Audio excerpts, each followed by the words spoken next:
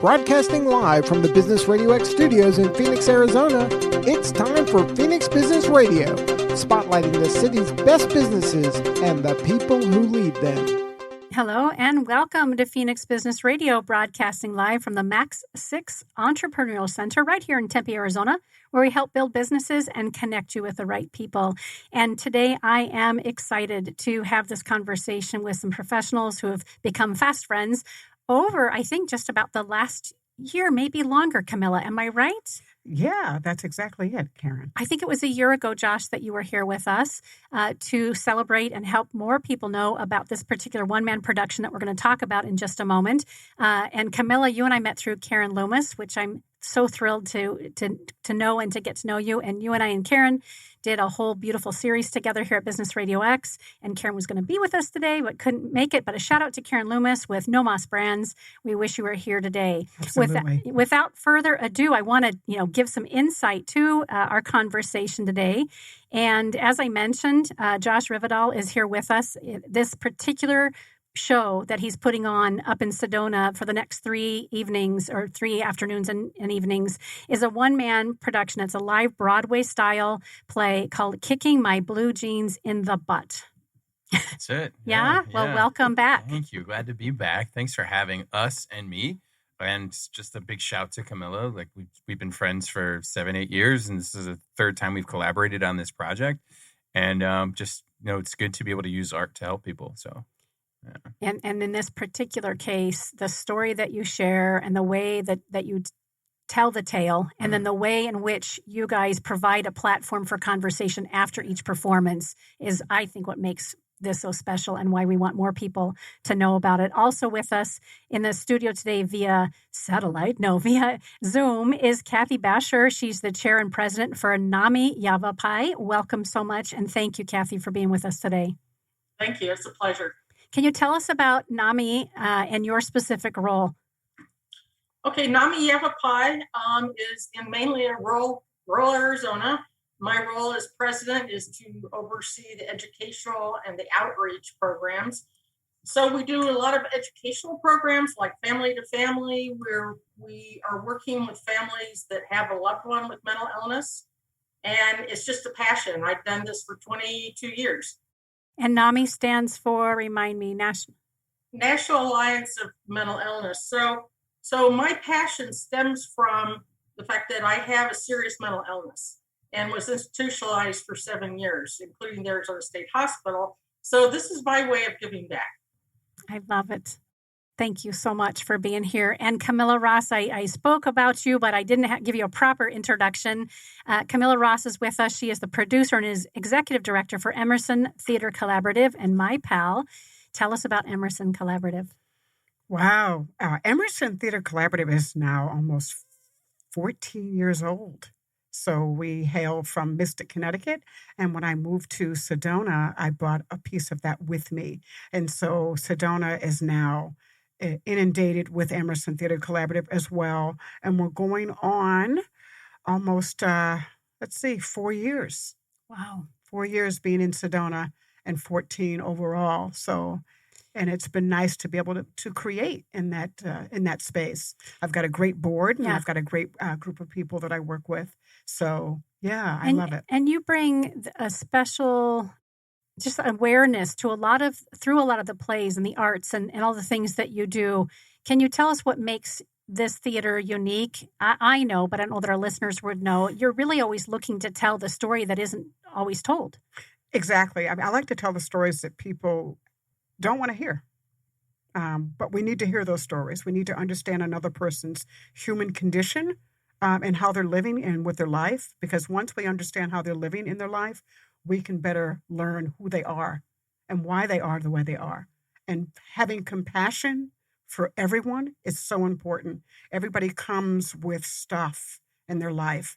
And when we learn about those things, that we're so much more connected than we think. And so using theater to educate people about life and living in the human conditions that people live under is so important because it brings compassion. And when you have compassion, it's a beautiful thing. And when we're relaxed and feeling somewhat entertained, are we open and more receptive to really being more compassionate? We are. We get to learn more about ourselves when we're sitting in that space of being open and just listening. And we really find that, okay, I understand that, or that's me, or I've done that. And how do I fix that? How do I heal me in this process of what I'm looking at? Mm-hmm. So why this particular play? Tell us about Kicking My Blue Jeans in My Butt. And it's been running for how long now? Oh, my goodness. Since 2009. Under a different name, I think, in the beginning. It was, yeah. So it's gone through a couple different incarnations in terms of titling. The first one was The Gospel According to Josh. And people, I was doing it in this format. Well, I initially was just a traditional piece of theater in New York City. And then I got invited to do it outside of Philly and a few other places.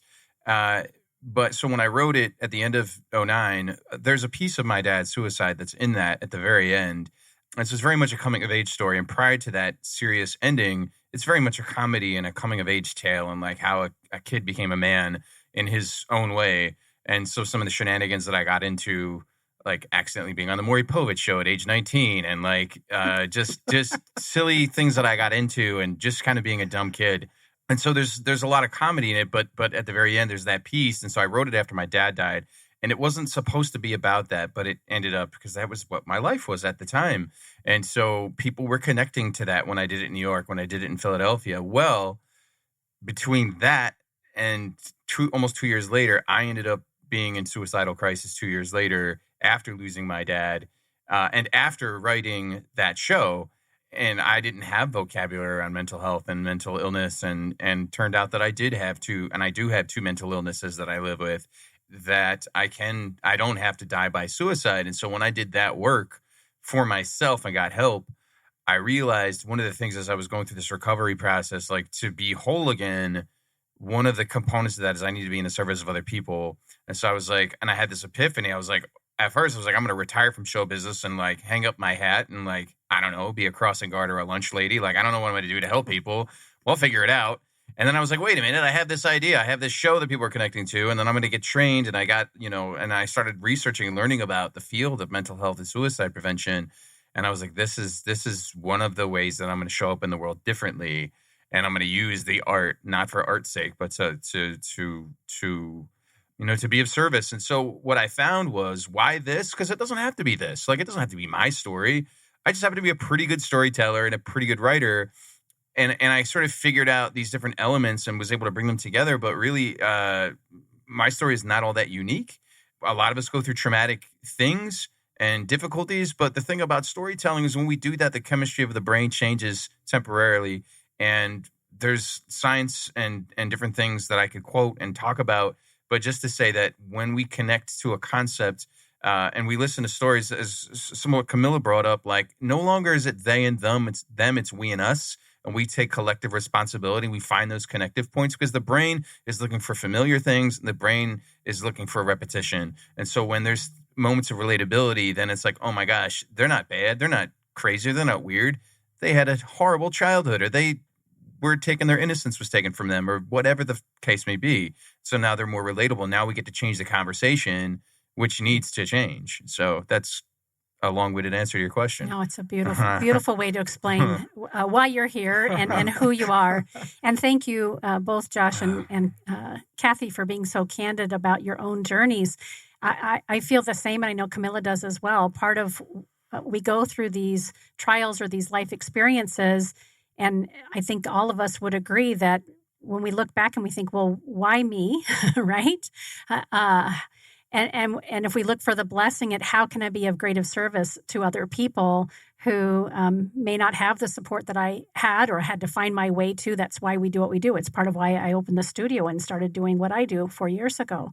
Kathy, let's talk about the stigma of mental illness. I know, as Josh alluded to just a moment ago, there's still this stigma. It's still understood. It's still underfunded. I know when I was looking for help for both my 27-year-old son and my husband within a couple of years ago, I found it ultra frustrating and extremely hard to navigate what little resources we had and it was in the middle of the pandemic too, so that made it even harder. But is there a stigma out there around mental illness, Kathy? And how does Nami begin to support people and help change that? Well, it's just like Camille and Josh talked. Part of it is just by us socializing, living, working, and socializing with other people. And then they learn that we have, quote, a mental illness. And so that's one thing that we really emphasize. I was with Access. I was a bureau chief of individual and family affairs. My job was to reduce stigma within Access. You need the support of the it was the CEO of Access totally supported what I was doing. And so it changed, the staff. I found staff were sneaking into my little cubicle to have secret conversations about their mental illness.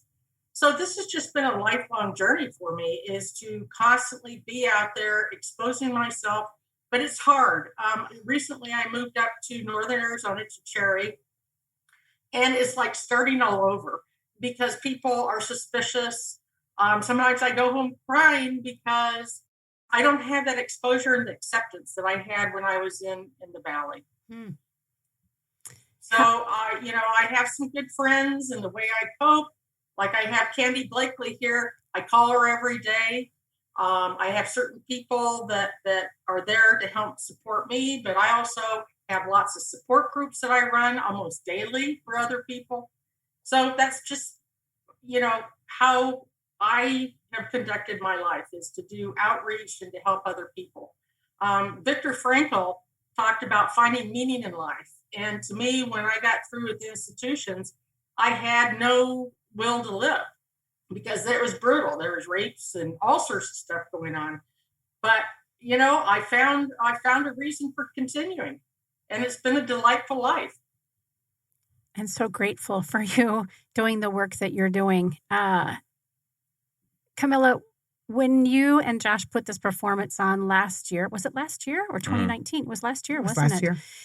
What was that like for the audience afterwards to have this opportunity to kind of talk? Did you find that they opened up just because you sparked some either curiosity or relatability? I know I got to watch it with my son because we did it via, remotely. We got to watch the performance. And I know we were going through crisis ourselves, having just gone through a suicide attempt with his father. And it gave us a platform and opportunity to speak very candidly, like what feels similar, what still hurts, that kind of thing. But can you speak from a production perspective? What did you feel was the gift in having, at the time it was another representative, Nami, there. We'll get to have Kathy this year. But what was it like for the audience and the participants? Why do you do it this way where you have this Q&A afterwards? Having a conversation is necessary. And I remember when Josh and I first met in 2012, and we did his other show in 2013, I remember speaking to a mom. And one of the things she said, and I'll never forget it, she said, sometimes there's nothing we can do. And it's not that we did anything to them. It's not because of us that they leave. And she was speaking about her son. And for me, that hit my heart because so many people live on that realm, thinking that it's their fault or they've done something, and it's not the case. And the education that I received that night allowed me to continue to do what I do because there are other ways of looking at something. It's not one direction. There's many ways of looking at it. And she was honest about that. And so for me to be able to do the work I do continuously with a message, no matter what that story is being compassionate and being upfront and honest about it and having those conversations. I think the people that sat in those seats last time got an education, but they also got some compassion, and I think that's the important part, and a way to hear and heal whatever was ailing them at that time. I would say I would second that. I think people need to be seen and heard, and they don't have that outlet. They've never had that behavior modeled before where it's okay as a human, as a man, as a whatever, and they're seeing somebody maybe who they can relate to, or somebody who has, so they have that opportunity, and now, they're being essentially given a short platform, but a platform to speak, to heal, to be heard, to learn something for the first time, or I speak a lot in metaphors in the Q&A, and I'll frequently do the keynote talks, and then we'll do the Q&A. But I think always my favorite part is the Q&A, because what happens is people, they share their experience or they have a question, but what they're also doing is they're teaching us, they're teaching me and us. And so when you're offering teachable moments from the audience, then that person's going to move their feet, right? And that's what we want to do. Like, it's not just about doing it for the sake of doing it. And then the gift is the, it's that. And then it's also like, I'll share a couple of quick anecdotes. Like this young lady, I did a presentation similar to this in Medicine Hat in Alberta, Canada. And it was a whole high school teen summit. And this young lady, 14, talked to me afterwards. It was post Q&A. And she was like, my parents won't let me have all my panic attack medicine. They don't believe that I'm going through this stuff. And I've been having scary thoughts, and I think I want to die. How do I? And so I was able to coach her a little bit through how to speak to her parents in a way where it wouldn't be emotionally charged, but that she could sort of talk to them in a way where it's like, this is health and not me seeking attention, et cetera, et cetera, et cetera. So then she emailed me the next day saying, hey, my mom is letting me have all my panic attack medication, and we're going to go get a referral from my general practitioner so we can get a therapist. And that's the gift. That's the gift. And the gift is the girl who Facebook messaged me 2 months later, said, after your presentation, and this isn't the first time I've been suicidal, but I got hospitalized, and for every night I had a hard time sleeping. And so I recorded your presentation and I listened to it all night, and it kept me company. I was like, that's the gift. Knowing that your son had that platform to have a conversation or to be heard or to hear something different, that's the gift. It was fairly fresh into our experience, wasn't it, Camilla? I think the timing wise, right? Because it was this time exactly a year ago. And it made a huge difference for him to see a healthy male who had a similar situation and then battled yourself, right? And so I've been working to strip the stigma, the taboo off of mental illness, not only with the people that I work with and interact with through all the work that I do, but also within my family, right? Because if we continue to make it so dark and so frightening or so misunderstood, we're going to continue to have people feel isolated, and that's the worst thing we can do, right? Well, we have changed the phrase "he committed suicide" to "he completed suicide." And the reason is because when you say he committed, that's like someone did something wrong. And we want to change the way people view completed suicide. And so in for education purposes, in our situation where there was an attempt for suicide, would it still be appropriate to verbalize it that way? He survived by suicide, or what? That's helpful. Yes, survived a suicide attempt. Yeah, and you wouldn't say, like, not that you'd ask this question, but it's a question I hear a lot. You wouldn't say it was successful or not successful, because that's a little too positive. It's like he died or he didn't die. She died, she didn't die, and it was a suicide attempt, rather than, because that language has power, right? And Absolutely. So when we talk about success like that, because that's a common thing. People want to be respectful, and they're putting forth the effort, but then but we have to keep in mind that successful and not successful, that has a different connotation. So we just want to just kind of be a little more sterile with how we talk about it, just so that there's no loaded terms and words involved, like the word committed, which infers sin or crime. Yep. Yeah. I totally get that. I mean, we're often put in those positions where, when you're growing up, there's words that your parents may use or other people may use, that children become attached to. Yep. And they begin to live those words, and with us, listening is 99.9% of the battle. Just listening, because people want to be heard. And those other things that life and living food, shelter, clothing, health, all of those things affect the prevention side of it. And we don't seem to be looking at those things, because when people are going through life and they're going through homelessness, or they're going through health issues, or they're going through eviction, or they're going through problems with their family or their children and things of those sorts, we need to be looking at those things too as preventative measures in this moment where the rates are extremely high right now.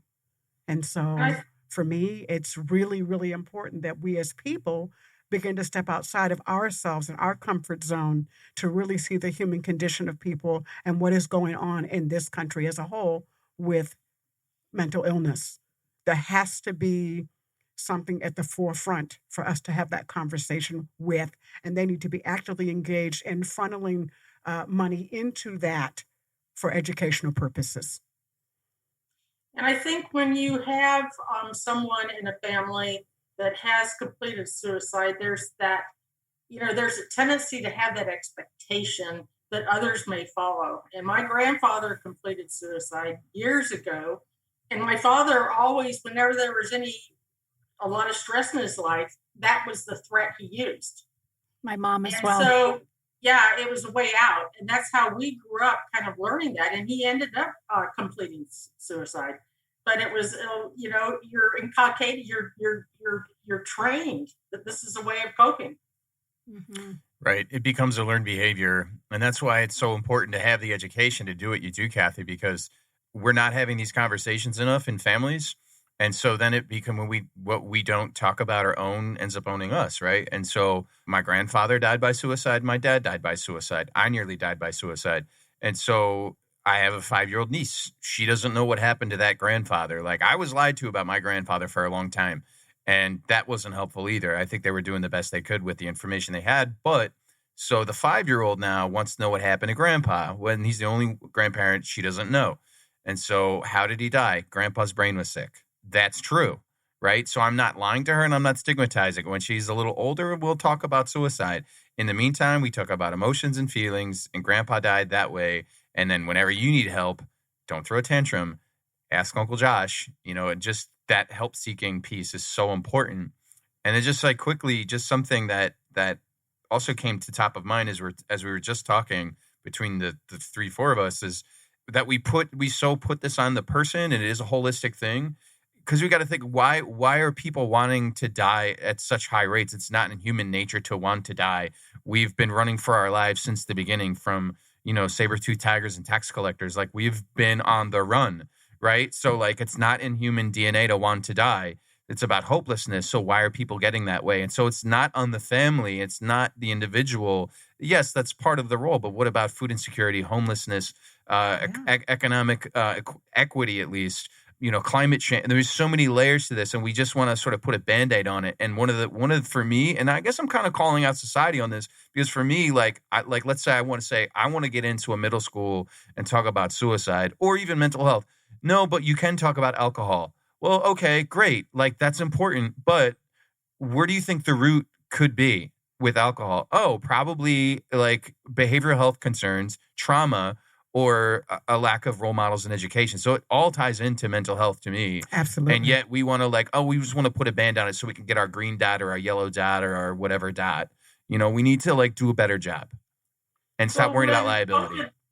So when COVID first hit, the Yavapai Justice Coalition took out a number of ads and spread the word, we care. You can reach out to people. And I think this feeling of belonging to a community is paramount importance. And how you foster that, especially in a rural area. When you have gossip and clicks, and we need to start talking about that and reaching out to all populations and giving people that feeling of community and belonging. For me, when I'm creating theater, and that's one of the reasons why, Kathy, I created the Sedona Arts Academy, is to create a community of people that will come into this space and do things that they want to do, be a part of something. We want you to come in.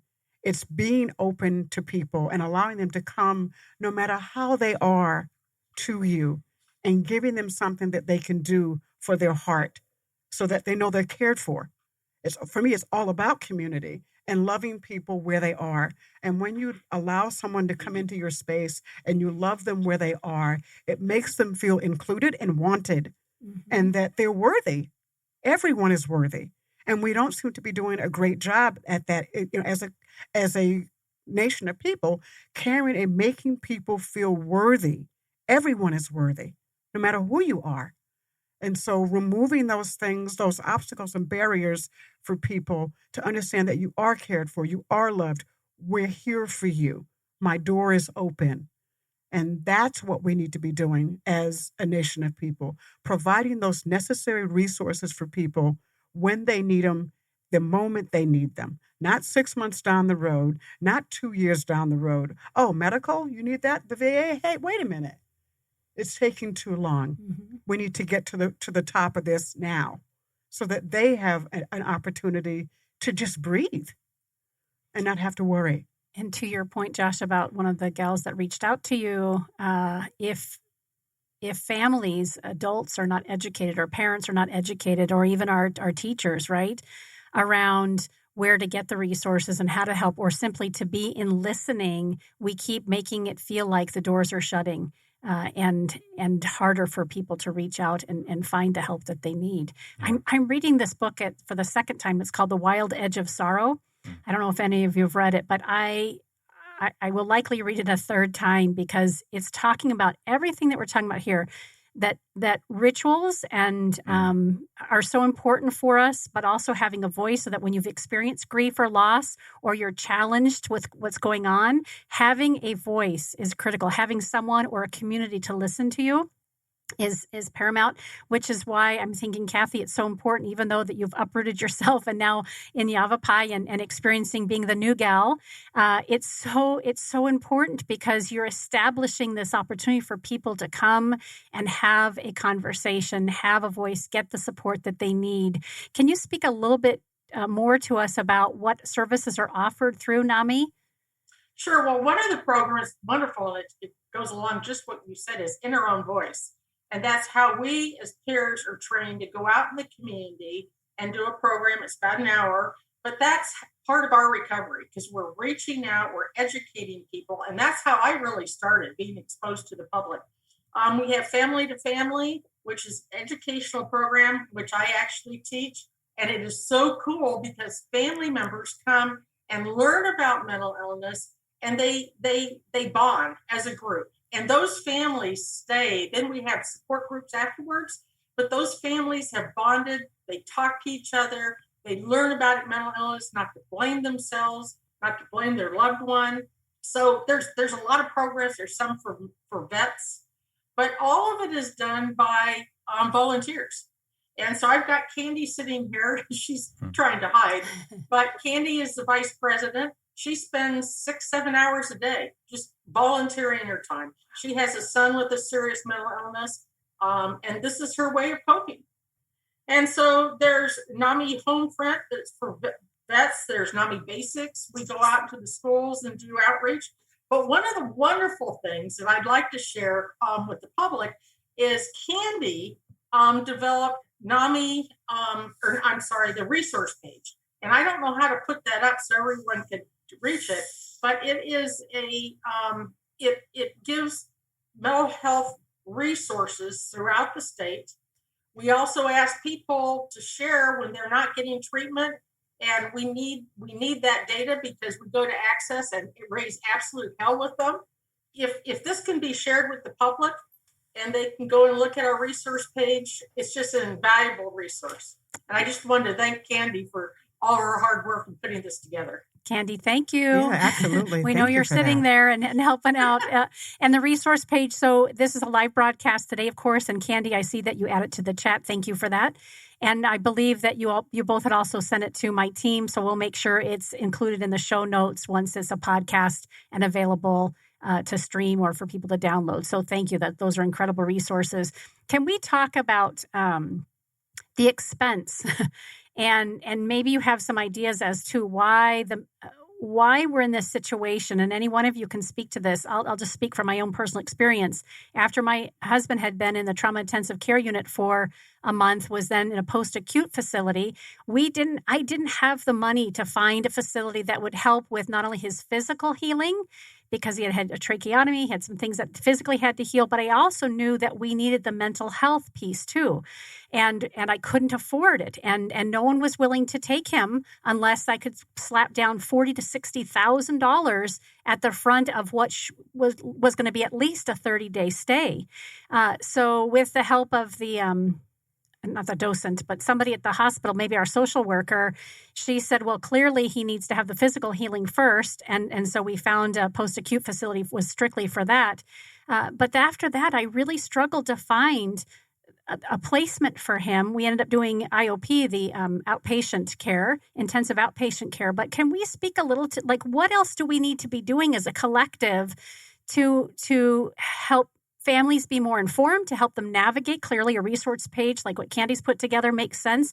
But I'm middle class. I don't have a lot of money. I don't have a lot of savings. And I am grateful for having family and friends rally. But the only reason they rallied around us is because I had a voice and I said, this is what we're going through. So I'm kind of opening up Pandora's box. But I found it very difficult. We were also lacking a solid insurance company at the time to take care of it for us. So we had to self-pay. But can you all speak to that a little bit? Because it angers me that we don't have more resources that are readily available when somebody so desperately needs to have the support, whether they're asking for it or the families doing it on their behalf. How do we continue to better this situation? And that's my point, though, That's my point about allocating those resources that need to be allocated so that people can get the help. They have all these bills that go out, that have fluff in them, but there's nothing in there that supports mental health. So is this a lobby thing? I mean, do we need to be doing it with the politicians? And we should be. Kathy's shaking her head.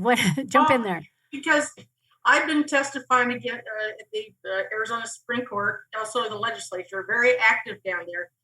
But what I would like to share is our public health, behavioral health system is very good.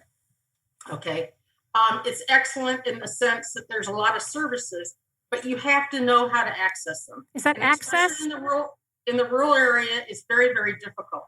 Okay. The private is very, very, very hard. But what is happening now is that the insurance companies are using the concept of prior authorization to deny services. Right. And unless we come to commit the community and force access to start, getting the data to follow this up, and the private sector, we're in trouble because they're using everything that they can. It's a business model to deny services. I think it's a little bit of a public-private partnership thing because we do need to, there is a side of it, and I see a lot of it, there is the side of we're lobbying, we're marching on Washington, we're marching on whatever state capital, and that's good, but it doesn't quite move the needle because what happens, you see in certain states, they'll create some kind of a suicide prevention bill, and they're like, all these schools, but it's an unfunded mandate. Yeah. So they don't provide any funding for it. It's fluff. It's to get it through. It's to say we did something.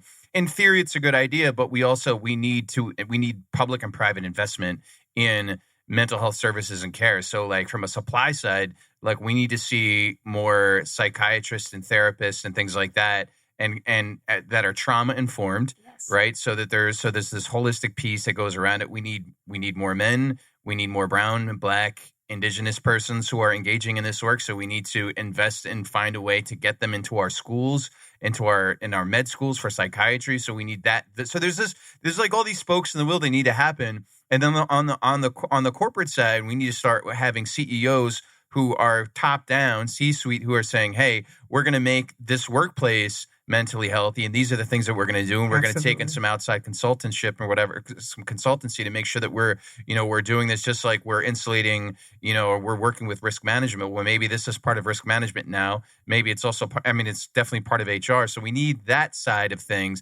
and then we need, because what really happens is the corporations really run the country. It really isn't as much politics as we think it is. It's like it's the economy that runs the thing, and so if we have to integrate somehow, I think if we have to incorporate mental health services and care and conversation into a more kind version of capitalism, fine. Like, I'm all about doing good things for bad reasons. Like, let's do it. It's not my favorite answer, but if it's about economics and dollars and cents, well, for every dollar you invest in mental health, you get a $2.50 to $4, $5 return on it. So what does that say? We got to start. So we got to do that. And then as consumers, we need to start, speaking out with our dollars. So like, so are we going to, put our money in this stock that, this insurance company clearly doesn't have people's best interests in mind? Are we going to support that politician and vote against our best interests because, fill in the blank? So there's like these spokes in the wheel. So we definitely have some responsibility, ideally when we're not in crisis, but so we're taking on these activities, and it involves politicians. It involves, the C-suite. It involves the consumer, and it involves education. So there's lots of layers, and we're moving the needle somewhat, but it's like people's health. I just don't see why we're trying to monetize people's health to the level and degree that we are. Absolutely. Whether that's physical health or mental health. Like I don't know anybody that should go bankrupt because, they got one of their boobs lopped off, for cancer. I'll put it crudely. Like, nobody should have to lose their house, and then their mental health goes sideways, right? So what are we doing? What are we doing? We're not actively engaged in caring for people. COVID really highlighted the health disparities. And I think that's something that we really need to look at because, people of color are dying at a very high rate, lower treatment. It has really revealed huge barriers and gaps within the medical system. So that's something we need to start talking about. But we also, I feel very strongly that we don't need, yes, we need psychiatrists and social workers, but we as a community, just me as an individual, can do so much in mental health just by reaching out, by being kind. Going to the grocery store and seeing the lady is stressed checking out my groceries. Maybe if I just said the right thing to her, she'll go home a little bit happier. There's so much we can do. I mean, basically caring. It really boils down to caring about other people and not caring about the materialistic stuff. The human condition is real. Yeah, and COVID, to Kathy's point, Absolutely. COVID kind of evened the playing field a little bit around. We all were looking at our lives going, at any moment things can completely change, and what do we do, right? And hopefully it will continue that we'll have these kinds of conversations, whether it be it through art or a workshop at the university or in the classroom with first graders or a church or wherever. We need to continue to have these conversations. And after our situation, I worked with a trauma guide and then ended up getting certified as a trauma guide myself. And to Kathy's point, if we're always just looking to the doctor or the psychologist or psychiatrist, again, people are finding that those are fewer and far between, especially, I think, the good ones. So we can educate ourselves through resources that you all are sharing. There's lots of great books and material out there, or whatever it is. Someone has to kind of say, I'm ready to take a stand and learn more about this situation. And if someone is not in a position to do it for themselves, hopefully a loved one can rally for them and help be that conduit, not only through kindness and listening, also education. But we can know who our neighbor is too. Oh my gosh, right? It's so funny you say that. Right? It's as simple as that. I agree. I've been now in my home. I downsized my home, and I just moved a mile and a half away. I was telling these guys when we were at breakfast this morning, Kathy, wish we could have had you with us. And I've been in my home for 6 months now. And my son, and granted in Arizona, it's really super hot right in the Phoenix area, so not a lot of people are out. But I've only met one neighbor in the 6 months that I've been there. And so as it gets cooler, I'm thinking, well, if no one's going to come to us and introduce themselves, I need to get out and offer maybe a little block party or something, because neighbors, I miss that. I was in my home for 24 years, and now I'm, not too far, but I would like to know the people who live around me, and we just don't do that anymore. The garage door gets closed, the TV or the phone, stays on, and we're not in communion with each other anymore. My husband and I, when we moved into our neighborhood, we actually went around to each one of our neighbors and said, hey, we just moved over here. We're so-and-so. Let us know if you need anything. Please feel free to call. We do an annual holiday Christmas party every year for Toys for Tots, where we invite everybody so they can get to meet each other and have those conversations, because people meet people. Yep. Yeah. Shout out to Nisi and Sasha, my neighbors in Philly. It's good to be meeting you. Everyone in the neighborhood thinks I look like Ben Affleck. I'm not hating it, but I think to all of our points, I think, and you kind of started this, Kathy. The peer model is so important because not every difficulty or any requires therapeutic intervention, and so there's I think if we prioritize the peer model a bit more and prioritize prevention rather than intervention. I mean, basically what we're doing tomorrow, we are talking prevention, but we're also talking an intervention model as well. So we wait till the very last minute. And for me, I'd like to juxtapose it so people understand, all right, so if you have a car, you're not going to wait till the last minute to throw coolant in or put gas in and be like, well, I guess I should go redo my transmission. You wouldn't have to redo your transmission if you put oil in it regularly and you paid attention to these little things, right? So crises can be prevented through modeling in a peer setting. So you're like, this is how I make my bed. It could be simple. It could be, this is how I make my bed. This is how I eat properly or healthfully or cook for myself,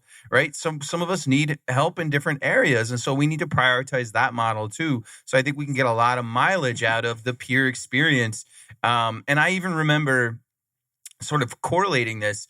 And I remember I have a former partner who had cancer, and I helped take care of her. And I remember taking her to the hospital and going through her radiation and the surgery and so different forms of treatment, and seeing people who are there by themselves and oh my God, why don't we as a society have hand holders and peers and things like that helping navigate the system? Don't sign that piece of paper, or, hey, this is how you brush your teeth after chemo or whatever. And similarly, we can do this with severe and non-severe mental illnesses or just challenges. So there are so many ways we can step up that do not involve politicians and things like that, and things Absolutely. that we can take on ourselves. And some of that is a capitalistic nature that's ingrained into that. So that it kind of can come back if you wanted to, but it's just a matter of we can do it ourselves too. But we also kind of do need public and private partnership. But the peer model is great. For those, okay, Josh, yeah, you go got for me it. really excited, Josh, because in Arizona we have what's called peer supports, and we have 1,200 people with a serious mental illness working in the clinics. We have peer-run organizations. We have them up here in Northern Arizona, peer and family-run organizations run by people with a serious mental illness. These are multi-million-dollar organizations. And so there's peers in all the clinics. And the ironic thing is they're basically paid $18 an hour. Okay, these people are paid almost nothing, but they walk side by side with people with a mental illness and with family members. And yet we don't hire enough. We don't give them, any wage increase. And yet these are the people that are really keeping the costs down. When people get released from the hospital, they're there at every step of the way. So why aren't we increasing the use of peers in all aspects of medicine? Just like you talk with cancer, we have what's called the Peer Academy, where we go around the state and train peers and family members in forensic peer support, and all different kinds. So to me, that is a huge answer to the problem, but it's not being utilized. Mm-hmm. How do we get more attention on that? Anybody? How do we continue just occasions like this? But Kathy and Candy, for that matter, how do we continue to grow that? Well, we do. We advocate, but a problem up here in Northern Arizona is the health plans don't want to refer out. They want to keep the peer support in-house. So right there, and it isn't even a cost containment. It's just so they're making more money. In the rest of the state, you have choice. So it is they are very, very active. They're very prevalent. I work and talk to these people almost every day, and it's incredible how they change lives. I think some of it has to do with, I mean, if they're siloed under that, thanks, Kathy. I think if they're siloed under that, if that's the policy of the organization, then I think there needs to be a stronger workplace mental health culture, because how are you going to run a healthcare organization and have mental health care fall under your umbrella and then say, we're not paying a healthy living wage and offering this kind of benefit or whatever, like $18 an hour in some places is okay, but for most that's not, and that's a skilled position. It really is. Like there to me, that's probably worth $25 to $40 an hour, probably. And so you're keeping costs down. So what's the return on investment on that position? And then also, like, what is your lack of return on investment for not providing? So now that person has to go get childcare or can't afford their own insurance or can't afford to do this. And so how are they going to be working at peak efficiency when you're not paying them a living wage? Absolutely. Right. So there has to be some kind of like, I'm thinking there's like on that end, there's got to be some kind of unifying body around workplace mental health, so things like this don't happen. And I know there's something happening out of Johns Hopkins, but it's just starting new. And I'm dipping my toes in the water as well. I'm throwing my hat into the ring very slowly. In a few different ways, but we need more. We need more of it. Mm-hmm. So as a community, we're very, very active and very, very connected with Access. There's just so many Medicaid and CMS rules that come down that prevent a lot of this from happening. And we're working on it, but it's like molasses. It just drives me crazy. And it should not be. Mental health should be at the forefront of everything right now, especially with the pandemic still breathing here. If I could tell you the number of times that people say to me, I've never had a panic attack before. I've never had anxiety. And through the pandemic, I now know what it feels like for my cousin or my brother or my child or whatever. Like, wow. And again, it's unfortunate, but there is some fortunateness in this, because more and more people are saying, we have to make a difference. We have to shift and be there for each other. We're just about at the close of the time together, and I want to make sure that we get to highlight the show that will be going on the 23rd, 24th, and 25th.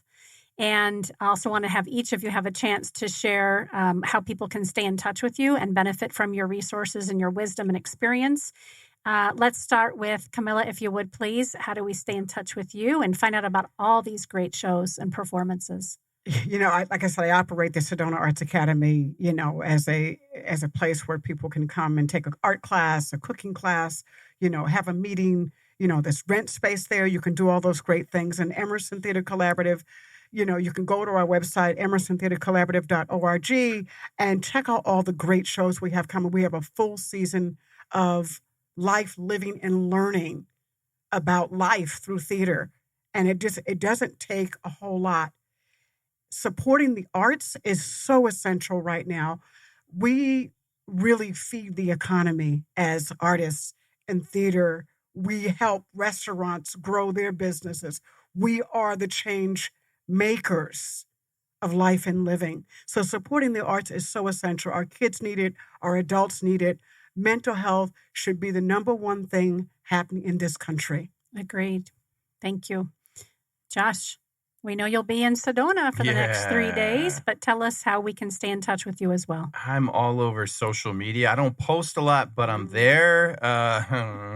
Facebook, Instagram, Twitter, just as a point of like to get a conversation started, whether that's on social, not LinkedIn. I'm sure I have a MySpace and a Friendster account somewhere in the ether.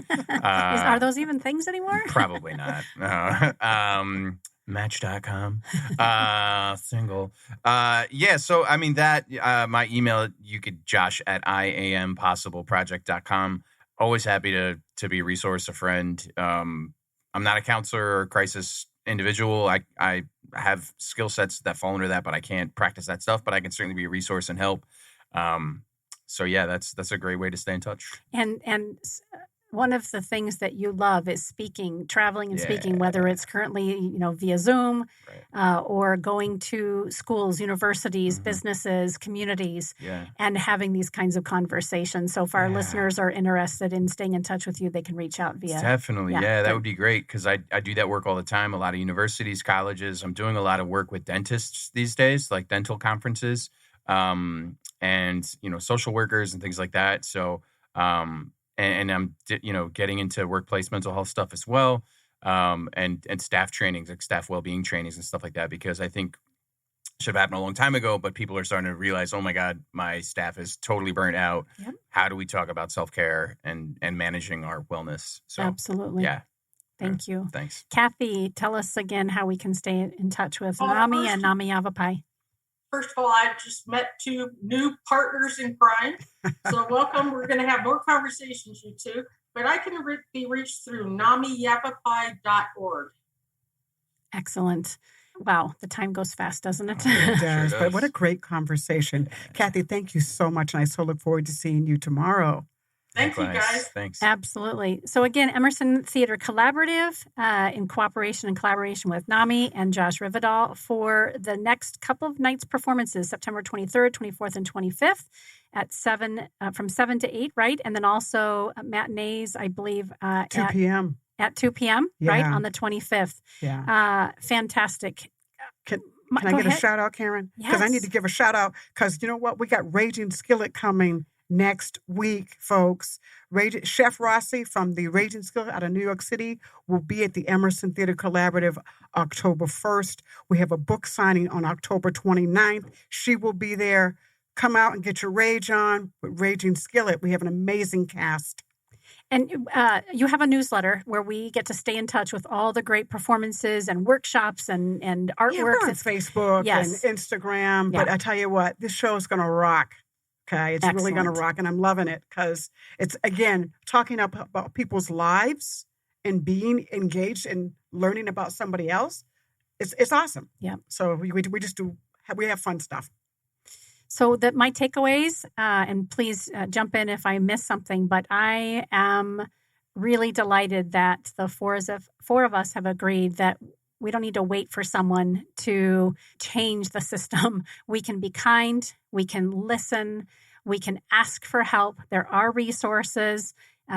Keep looking for those resources if you're feeling frustrated. I think being able to speak to our own experiences as we started our show today makes a big difference too, so that we can help others, because there is no shame about our experiences. They are just that. And so if other people can learn through our experiences, we can help people grow and shift. And it starts with each one of us, right? We don't have to wait for our insurance or for our government to make a change. We can make the change ourselves. Anything that I'm missing out of the takeaways that I've experienced today? I don't think so. I think for me, it kind of goes back to what story am I telling? If I don't like the story, and I didn't at one point like the story. And so I found the capacity to begin to tell a different story, so we all have that opportunity as well. If you don't like the story that's unfolding, we can't completely alter it, but we can certainly give meaning, as you said about Dr. Frankel. We can give a different meaning to what's happening, and we can also change some of the trajectory. And some of that involves maybe taking action to whatever level that we have the capability. Because for some people, the Superman effort is getting out of bed in the morning. For others, the Superman effort is writing 6 books. It's to everybody's level of capability. So, so we all have the opportunity to continue to write an ongoing and unfolding story with plot twists and turns. And so I'm stoked to just see what people's stories bring us, Yeah. Great. All right, gang. Thank you again. You've been listening to Phoenix Business Radio, broadcasting live from the Max 6 Entrepreneur Center. Some media leans left, some lean right, and we lean business and the arts. Thanks for listening.